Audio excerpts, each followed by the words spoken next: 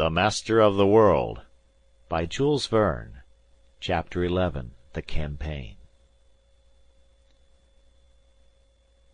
So the undiscoverable commander had reappeared upon the territory of the United States. He had never shown himself in Europe, either on the roads or in the seas. He had not crossed the Atlantic, which apparently he could have traversed in 3 days. Did he then intend to make only America the scene of his exploits? Ought we to conclude from this that he was an American? Let me insist upon this point. It seemed clear that the submarine might easily have crossed the vast sea which separates the New and the Old World. Not only would its amazing speed have made its voyage short, in comparison to that of the swiftest steamship, but also it would have escaped all the storms that make the voyage dangerous. Tempest did not exist for it. It had but to abandon the surface of the waves, and it could find absolute calm a few score feet beneath. But the inventor had not crossed the Atlantic, and if he were to be captured now, it would probably be in Ohio, since Toledo is a city of that state. This time the fact of the machine's appearance had been kept secret, between the police and the agent who had warned them, and whom I was hurrying to meet. No journal, and many would have paid high for the chance, was printing this news. We had decided that nothing should be revealed until our effort was at an end. No indiscretion would be committed by either my comrades or myself. The man to whom I was sent with an order from Mr. Ward was named Arthur Wells. He awaited us at Toledo. The city of Toledo stands at the western end of Lake Erie. Our train sped during the night across West Virginia and Ohio. There was no delay, and before noon the next day the locomotive stopped in the Toledo depot. John Hart, Nab Walker, and I stepped out with traveling bags in our hands and revolvers in our pockets. Perhaps we should need weapons for an attack, or even to defend ourselves. Scarcely had I stepped from the train when I picked out the man who awaited us. He was scanning the arriving passengers impatiently, evidently as eager and full of haste as I. I approached him. "Mr. Wells," said I. "Mr. Strock?" asked he. "Yes, I am at your command," said Mr. Wells. "Are we to stop any time in Toledo?" I asked. "No, with your permission, Mr. Strock. A carriage with 2 good horses is waiting outside the station, and we must leave at once to reach our destination as soon as possible." "We will go at once," I answered, signing to my 2 men to follow us. "Is it far?" 20 miles. "And the place is called?" "Black Rock Creek." Having left our bags at a hotel, we started on our drive. Much to my surprise I found there were provisions sufficient for several days packed beneath the seat of the carriage. Mr. Wells told me that the region around Black Rock Creek was among the wildest in the state. There was nothing there to attract either farmers or fishermen.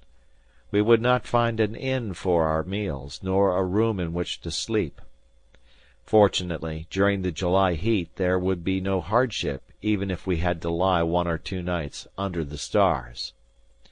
More probably, however, if we were successful, the matter would not occupy us many hours.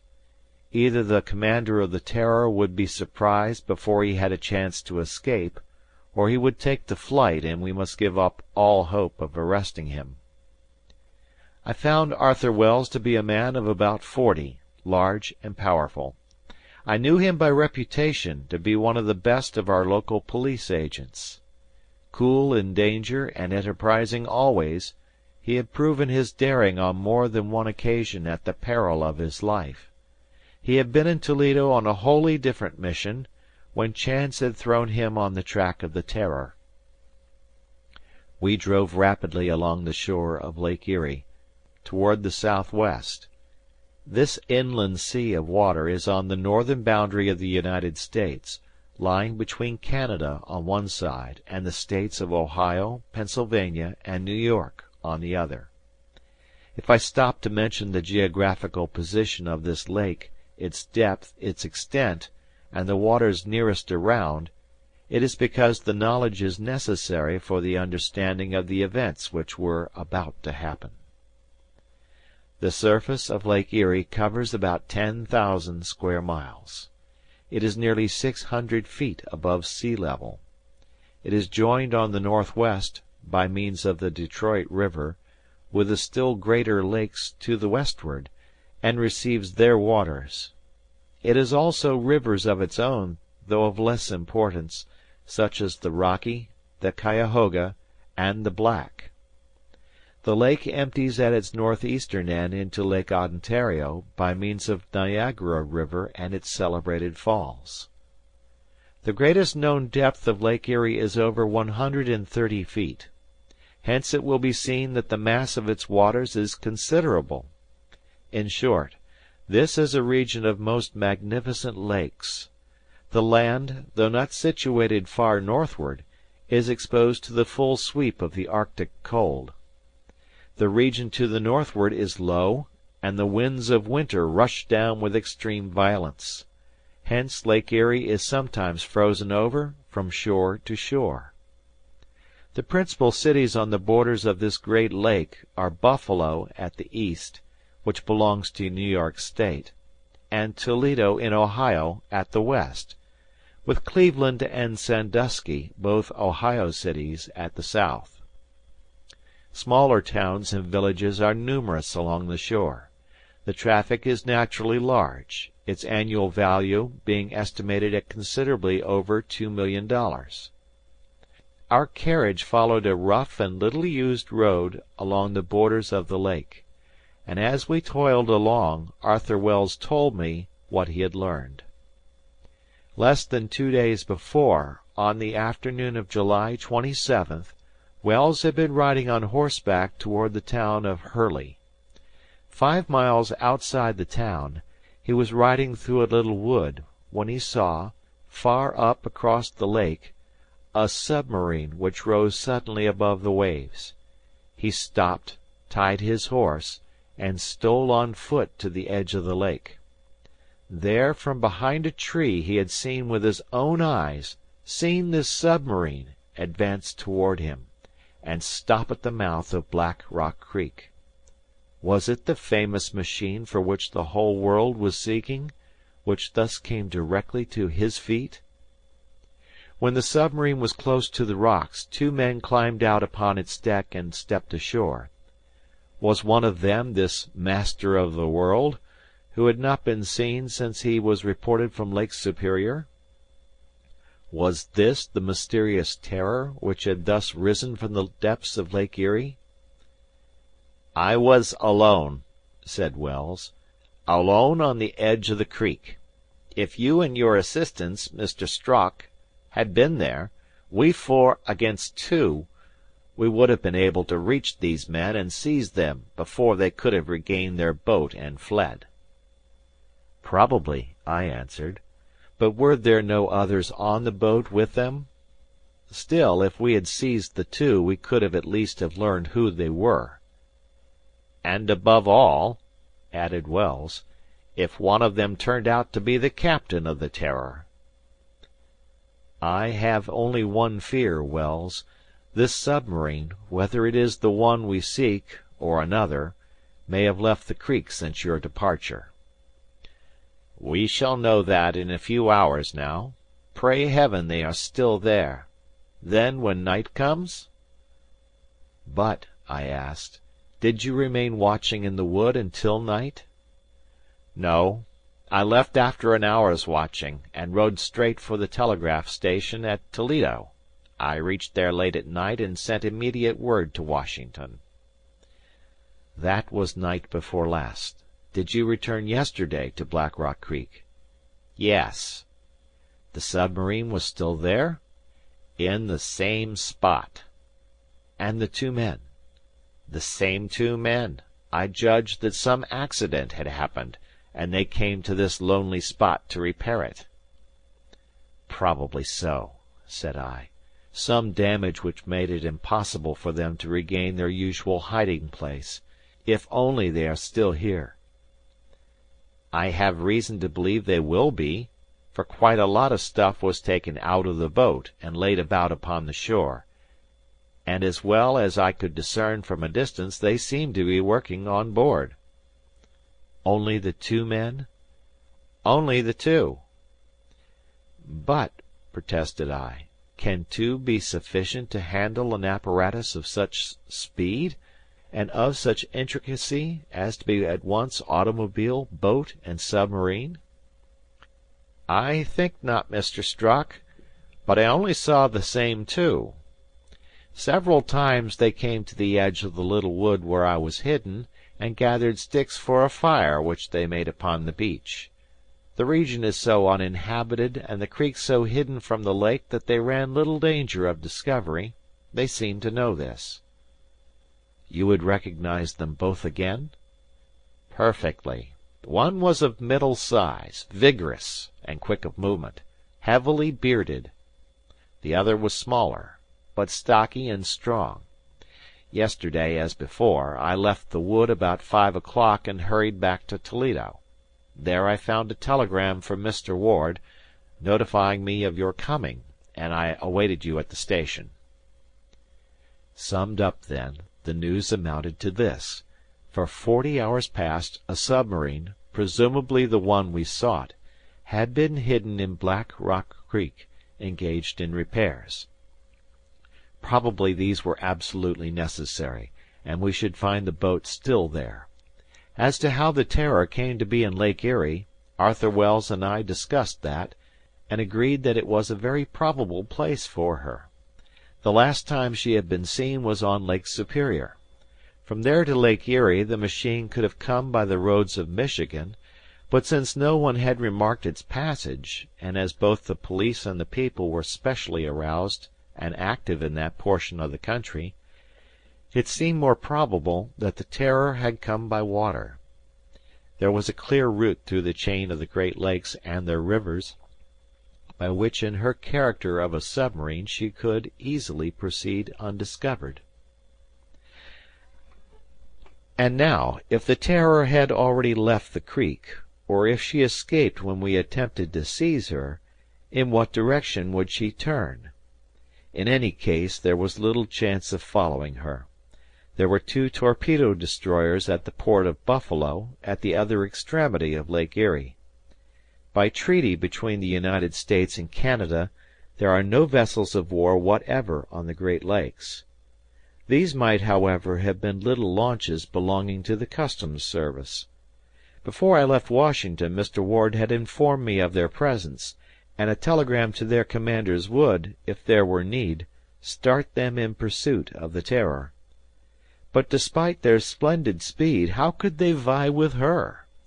And if she plunged beneath the waters, they would be helpless. Moreover, Arthur Wells averred that in case of a battle, the advantage would not be with the destroyers, despite their large crews and many guns. Hence, if we did not succeed this night, the campaign would end in failure. Arthur Wells knew Black Rock Creek thoroughly, having hunted there more than once. It was bordered in most places with sharp rocks, against which the waters of the lake beat heavily. Its channel was some 30 feet deep, so that the Terror could take shelter either upon the surface or under water. In 2 or 3 places the steep banks gave way to sand beaches, which led to little gorges reaching up toward the woods, 200 or 300 feet. It was 7 in the evening when our carriage reached these woods. There was still daylight enough for us to see easily, even in the shade of the trees. To have crossed openly to the edge of the creek would have exposed us to the view of the men of the Terror, if she were still there, and thus giving her warning to escape. "Had we better stop here?" I asked Wells, as our rig drew up to the edge of the woods. "No, Mr. Strock," said he. "We had better leave the carriage deeper in the woods, where there will be no chance whatever of our being seen." "Can the carriage drive under these trees?" "It can," declared Wells. "I've already explored these woods thoroughly. 500 or 600 feet from here there is a little clearing, where we will be completely hidden, and where our horses may find pasture. Then, as soon as it is dark, we will go down to the beach, at the edge of the rocks which shut in the mouth of the creek. Thus, if the "Terror" is still there, we shall stand between her and escape." Eager as we all were for action, it was evidently best to do as Wells suggested, and wait for night. The intervening time could well be occupied as he said. Leading the horses by the bridle, while they dragged the empty carriage, we proceeded through the heavy woods. The tall pines, the stalwart oaks, the cypress scattered here and there, made the evening darker overhead. Beneath our feet spread a carpet of scattered herbs, pine needles, and dead leaves. Such was the thickness of the upper foliage that the last rays of the setting sun could no longer penetrate here. We had to feel our way, and it was not without some knocks that the carriage reached the clearing 10 minutes later. This clearing, surrounded by great trees, formed a sort of oval, covered with rich grass. Here it was still daylight, and the darkness would scarcely deepen for over an hour. There was thus time to arrange an encampment and to rest awhile after our hard trip over the rough and rocky roads. Of course we were intensely eager to approach the creek and see if the "Terror" were still there, but prudence restrained us. A little patience, and the night would enable us to reach a commanding position unsuspected. Wells urged this strongly, and despite my eagerness, I felt that he was right. The horses were unharnessed, and left to browse under the care of the coachman who had driven us. The provisions were unpacked, and John Hart and Nab Walker spread out a meal on the grass at the foot of a superb cypress, which recalled to me the forest odors of Morganton and Pleasant Garden. We were hungry and thirsty, and food and drink were not lacking. Then our pipes were lighted to calm the anxious moments of waiting that remained. Silence reigned within the wood. The last song of the birds had ceased. With the coming of night the breeze fell, little by little, and the leaves scarcely quivered even at the tops of the highest branches. The sky darkened rapidly after sundown, and twilight deepened into obscurity. I looked at my watch. It was 8:30. "It is time, Wells." "When you will, Mr. Strock." "Then let us start." We cautioned the coachman not to let the horses stray beyond the clearing. Then we started. Wells went in advance, I followed him, and John Hart and Nab Walker came behind. In the darkness we three would have been helpless without the guidance of Wells. Soon we reached the farther border of the woods, and before us stretched the banks of Black Rock Creek. All was silent. All seemed deserted. We could advance without risk. If the "Terror" was there, she had cast anchor behind the rocks. But was she there? That was the momentous question. As we approached the denouement of this exciting affair, my heart was in my throat. Wells motioned to us to advance. The sand of the shore crunched beneath our steps. The 200 feet between us and the mouth of the creek were crossed softly, and a few minutes sufficed to bring us to the rocks at the edge of the lake.